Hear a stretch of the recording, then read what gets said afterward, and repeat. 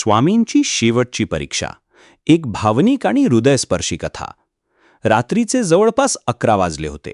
संपूर्ण गाव झोपलं होतं, पण गणूच्या घरात मात्र अंधारासोबत उपासमारही बसली होती. मातीचं छोटंसं घर, छपरातून गळणारं पाणी, कोपऱ्यात पडलेली जुनी चटई आणि त्या चटईवर तापाने फणफणणारी गणूची आई. गणूच्या हातात फक्त आधी भाकरी होती. तो स्वतः 2 दिवस उपाशी होता, पण ती भाकरी तो आईसमोर ठेवत म्हणाला, "आई, तू खा, मला भूक नाही." आईच्या डोळ्यात पाणी आलं. ती म्हणाली, "बाळा, आईला खोटं बोलू नकोस. तुझा आवाज सांगतोय तू खूप उपाशी आहेस." गणू काही बोलला नाही. तो फक्त घराच्या कोपऱ्यात ठेवलेल्या स्वामी समर्थ यांच्या फोटोसमोर जाऊन बसला. डोळ्यात अश्रू, ओठांवर थरथर. "स्वामी, मी कधी श्रीमंती मागितली नाही, कधी मोठं घर मागितलं नाही. फक्त माझ्या आईचं दुःख कमी करा." अचानक जोराचा वारा सुटला. फोटोसमोर ठेवलेला छोटासा दिवा विझला. घरात काळोख पसरला. त्या अंधारात गणूला एक आवाज ऐकू आला, "गणू, विश्वास अजून जिवंत आहे ना?" गणू घाबरला.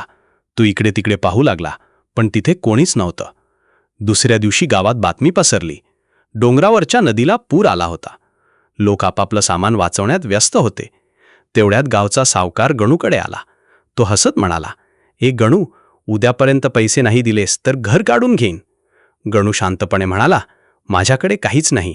सावकार मोठ्याने हसला, "मग तुझा स्वामी येईल ना मदतीला?" आजूबाजूचे लोकही हसू लागले. गणूच्या डोळ्यात पाणी आलं, पण त्याने उत्तर दिलं नाही. त्या रात्री पाऊस आणखी वाढला. अचानक गावात ओरड सुरू झाली, "पूर आलाय, सगळे बाहेर पडा." लोक जीव वाचवण्यासाठी धावत होते. गणूने आईला उठवायचा प्रयत्न केला, पण ती अशक्त होती. पाणी घरात शिरायला लागलं. गणू जोरात रडू लागला, "स्वामी, आता तरी या." पाणी छातीपर्यंत आलं. आई थरथरत म्हणाली, "बाळा, मला सोडून दे, तू तरी वाच." गणू ओरडला, "आईशिवाय मी जगणार नाही."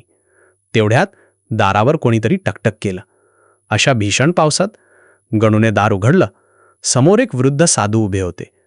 ओले भगवे कपडे, पायात चप्पल नाही, पण चेहऱ्यावर विलक्षण शांतता. ते हसून म्हणाले, "अजून विश्वास संपला नाही ना?" गणू थरथरला. साधूंनी शांतपणे आईला उचललं आणि म्हणाले, "माझ्या मागे ये." पुराचं पाणी प्रचंड होतं, पण जिथे जिथे ते साधू पाऊल ठेवत होते तिथे पाणी शांत होत होतं. गावकरी दुरून हे सगळं पाहत होते. काही वेळात ते तिघे सुरक्षित जागी पोहोचले. गणू खाली वाकून त्या साधूंचे पाय पकडायला गेला, पण तिथे कोणीच नव्हतं. फक्त मातीवर उमटलेले 2 तेजस्वी पावलांचे ठसे आणि हवेत दरवळणारा उदीचा सुगंध. गणू स्तब्ध झाला. तेवढ्यात त्याची आई अचानक म्हणाली. गणूने तिच्याकडे पाहिलं. आईच्या डोळ्यात चमक